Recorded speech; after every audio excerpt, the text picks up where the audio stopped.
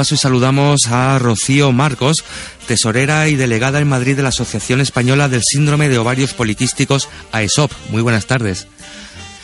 Buenas tardes y muchas gracias por estar hoy aquí con nosotros. Rocío, para ir abriendo boca, para ir comenzando, cuéntanos un poquito sobre ti.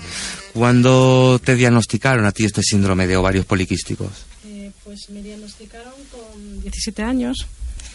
Llevaba ya muchos años yendo a mi médico de cabecera diciéndole que tenía... Sí, me comentan que no se te ha escuchado al principio. No se me oye. Vuelvo a empezar. ¿Cuándo te lo diagnosticaron? Sí. Con 17 años. Después de años yendo a mi médica de cabecera a quejarme... ¿Por qué te quejabas de qué? De que no tenía la regla, básicamente. Ajá. Y bueno, la tenía cada 3-4 meses. Y me decía, lo máximo que te puede pasar es que tengas quistes en los ovarios, como si aquello fuese como... no pasa nada. Y al final pues me mandó al ginecólogo y ni siquiera me diagnosticaron tal cual. O sea, realmente lo que pusieron fue sospecha de síndrome de ovarios poliquísticos y yo capté de fondo síndrome de ovarios poliquísticos. Nadie me lo dijo, nadie me explicó qué era, ni qué síntomas tenía. Yo tenía sobrepeso, tenía hirsutismo, pero yo pensaba que era mala suerte, no lo relacioné en ningún momento con los ovarios, porque no... Y me mandaron la píldora 6 meses, creo que fue. Y me dijo, pues te la tomas 6 meses y ya está. Y yo pensé, pues oye, yo me tomo estos 6 meses y me curo. Y aquello no fue así. Me volvieron a mandar la píldora, me subió el colesterol a 500, me dio migrañas, me la tuvieron que quitar y me dejaron sin tratamiento hasta los 27 años que acudí al doctor Escobar, precisamente. ¿Y qué tal la experiencia con el doctor Escobar? Bien, muy bien. ¿Qué va a decir? No puedo decir mal. No, bien, la verdad que... Ese compromiso, Paco. Eso tenía que ser pregunta en privado. Me diagnosticó, bueno, ya me hicieron un estudio bien hecho con sus analíticas, me miraron la resistencia a la insulina y ahí sí confirmaron el diagnóstico porque el primero que me habían hecho no era del todo concluyente. Entonces, pues bueno. Pasó el tiempo, decidisteis un día, hace realmente poquito tiempo, y a lo mejor también el doctor tiene algo que comentaros, pues bueno, juntaros pacientes con este mismo problema, con este mismo síndrome, y crear la asociación AESOP. Sí. ¿Cuándo fue esto? Pues la creamos en el 2011, pero ya llevábamos, yo creo que desde el 2010 más o menos en contacto por internet.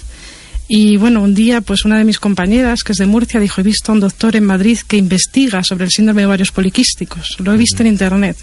Pues vamos a escribirle un email.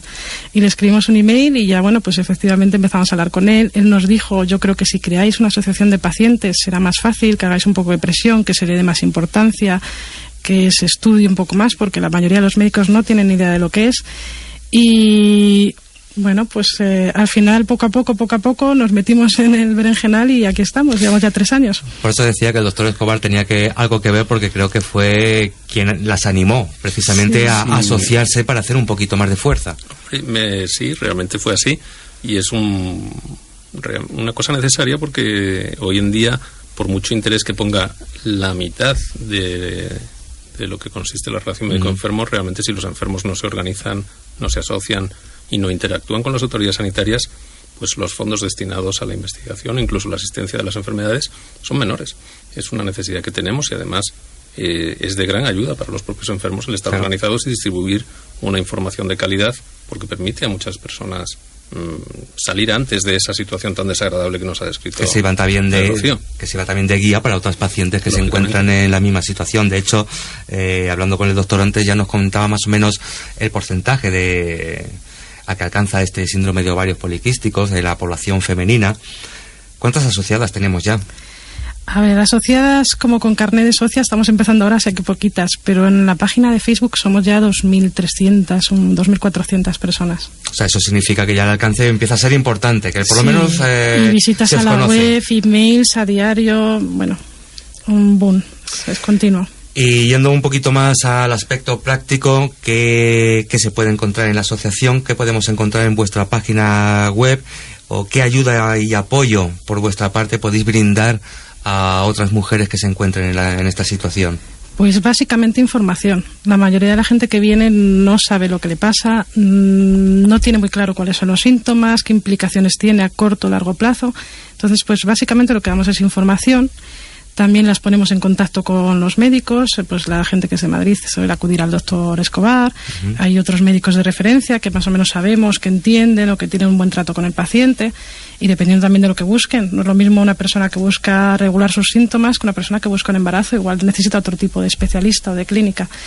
Y damos mucha información y apoyo. Damos mucho apoyo porque la gente que viene muchas veces viene en unas condiciones psicológicas pues ya de especialista en especialista, desesperadas, y pues un poquito apoyarnos entre nosotras. Y bueno, tenemos algunas personas en la asociación también pues que saben un poquito de nutrición o que saben un poquito de fertilidad, y pues siempre echan un cable a las preguntas que tiene.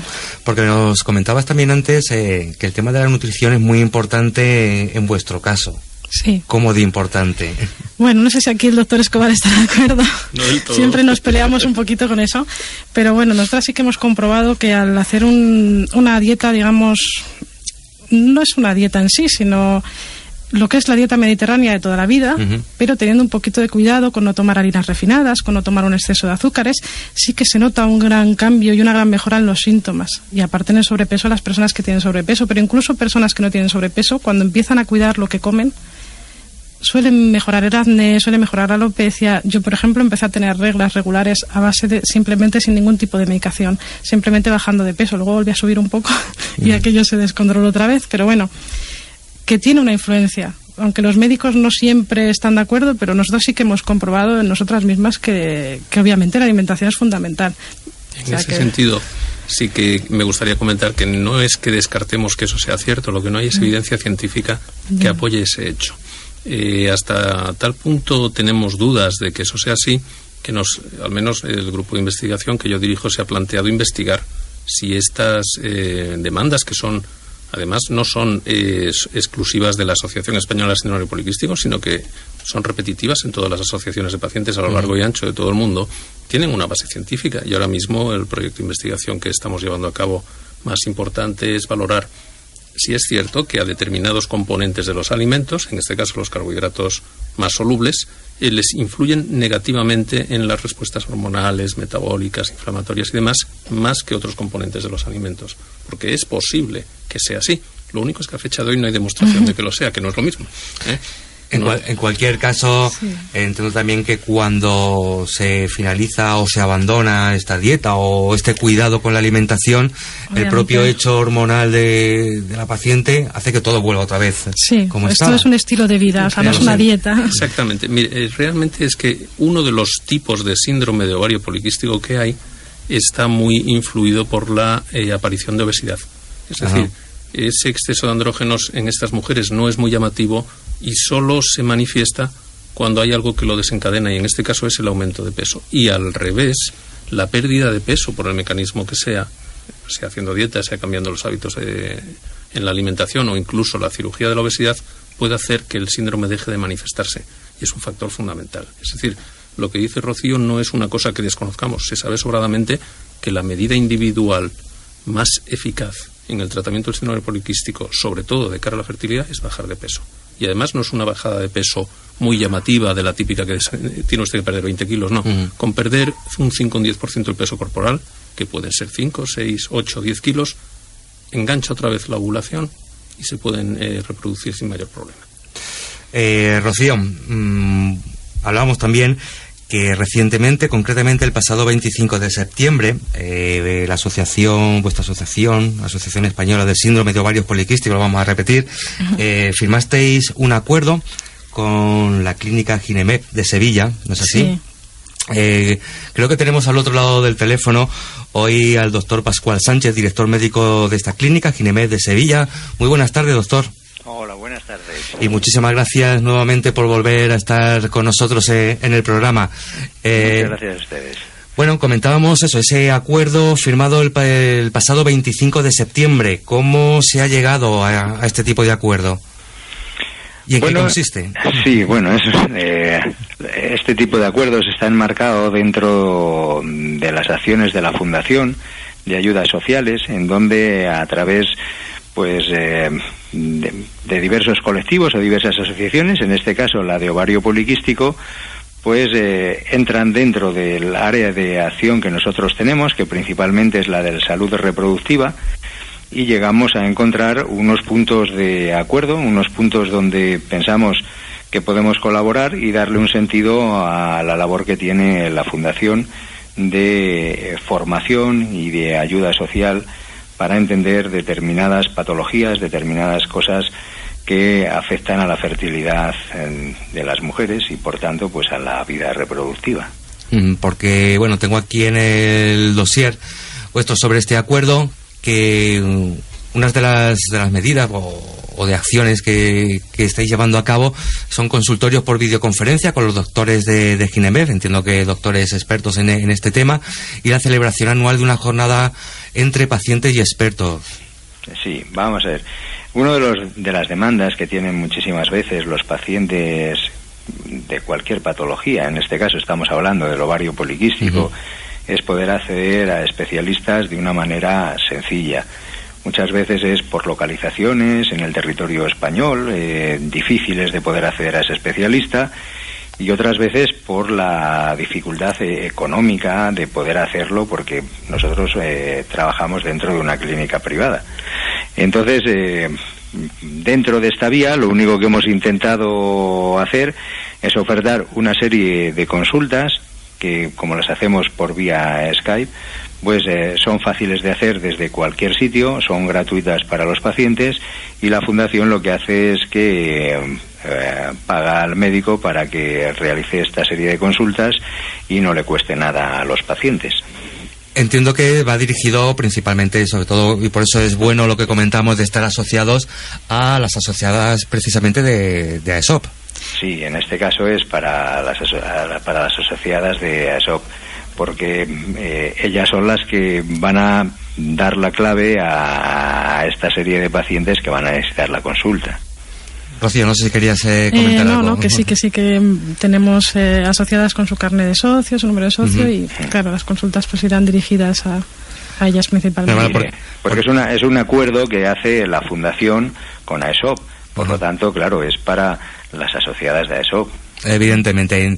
Otro aspecto también interesante, nosotros siempre nos gusta orientar un poquito los temas en referencia a la infertilidad, a la reproducción asistida.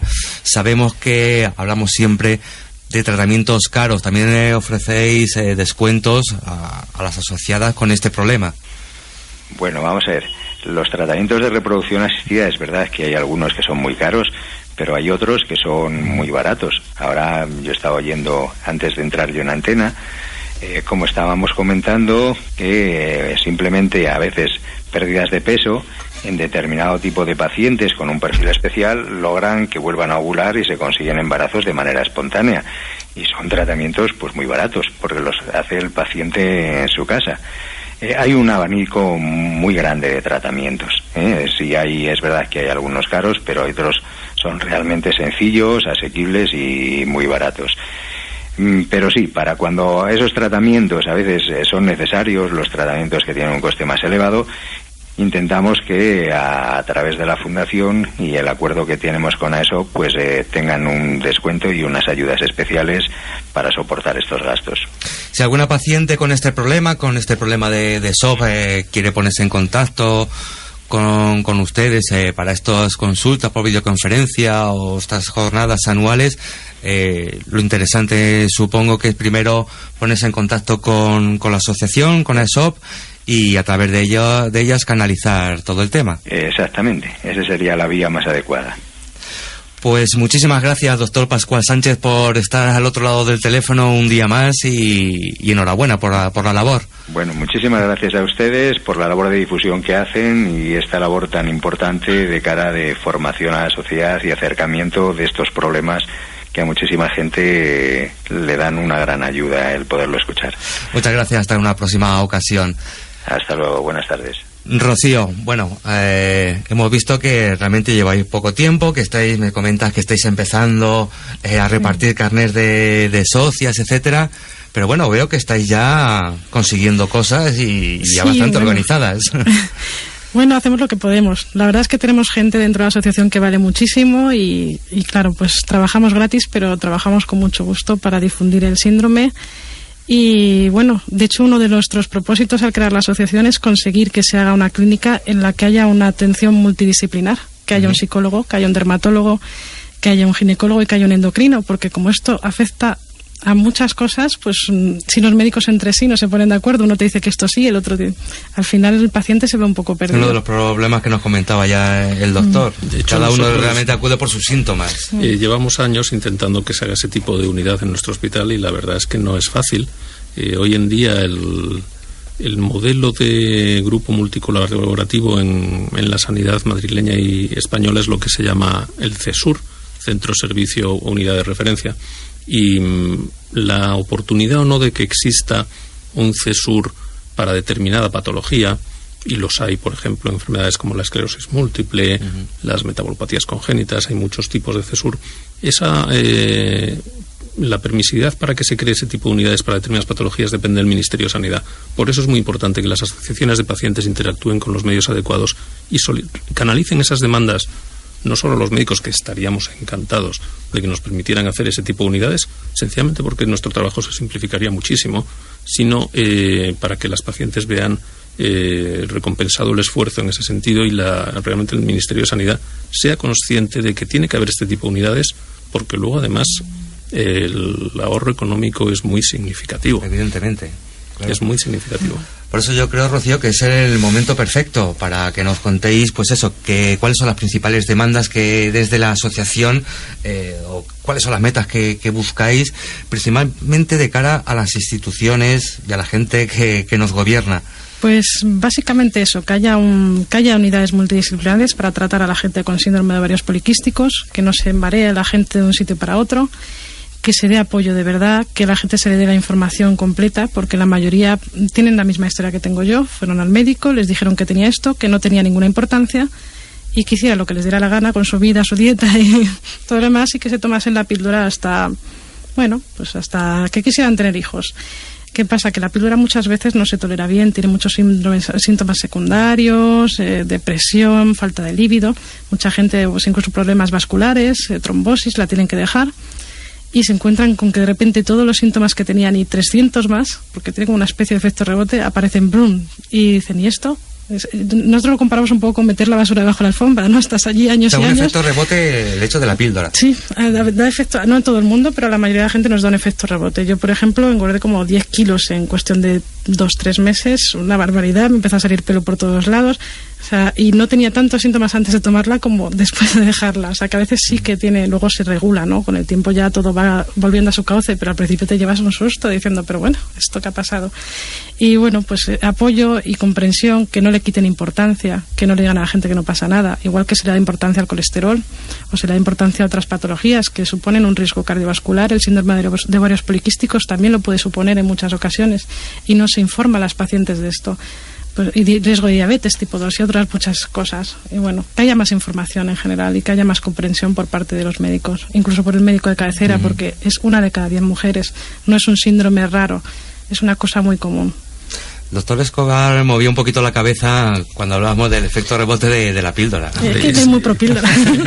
No, es un tratamiento, sigue siendo la base del tratamiento del síndrome poliquístico, sabiendo y explicando a las pacientes que no cura nada, lo único que hace es controlar los síntomas mientras se toma. El efecto rebote muchas veces es una falta de costumbre a los síntomas iniciales que había hace unos años, es decir, a nadie le agrada, después de haber estado unos años sin padecer una serie de síntomas que pueden ser francamente desagradables. Estamos hablando de la aparición de pelo de carácter masculino en adolescentes, es decir, que son unas personas especialmente sensibles a cualquier cambio en la imagen corporal. Estamos hablando de acné, estamos hablando de no tener la regla como el resto de las mujeres, es decir, son cosas que tienen una importancia psicológica y un peso psicológico grande. Estar unos años habiéndose acostumbrado a no padecer esos trastornos y bruscamente pasar de nuevo a la situación que uno ya creía olvidada. Bueno, yo en mi caso fue un año solo. Pero bueno, hay muchas mujeres que se han pasado... No, y alopecia, por ejemplo. Sí, partimos de mujeres con hirsutismos graves que al cabo de... El efecto de la píldora obviamente no es inmediato, igual que tarda en hacer efecto, tarda un mínimo de 1 año, pero bueno, que llevan 6-7 años tomándolo, que ya ese vello pues es una cantidad normal en la mujer, lo tienen manejado, lo tienen asumido y de pronto suspenden por otro motivo la píldora, por intolerancia o sencillamente porque quieren quedarse embarazadas y se vuelven a encontrar de nuevo entienden que volver al punto de partida de... Claro, que creían olvidados, ¿no? Y que además son francamente desagradables y que causan una afectación en la calidad de vida muy llamativa. Con lo cual yo entiendo perfectamente la situación de estas pacientes y sobre todo entiendo sus demandas. De hecho, en los países anglosajones, que siempre yo creo que debemos usar como modelo de sociedad civil muy activa, van en paralelo las asociaciones de pacientes con el desarrollo científico de la enfermedad. Estoy hablando de Australia, estoy hablando de Estados Unidos, estoy hablando del Reino Unido. En ese sentido deberíamos seguir su ejemplo de colaboración, porque van parejos siempre. Rocío, ¿cómo podemos ponernos, cómo las pacientes o quien esté interesada puede ponerse en contacto con vosotras? Pues tenemos una página web que es www.aesopspain.org y luego tenemos un grupo en Facebook que se llama SOP España, SOP España. Y bueno, pues básicamente luego en la página web también tenemos Twitter o por email también pueden contactar con nosotras si quieren.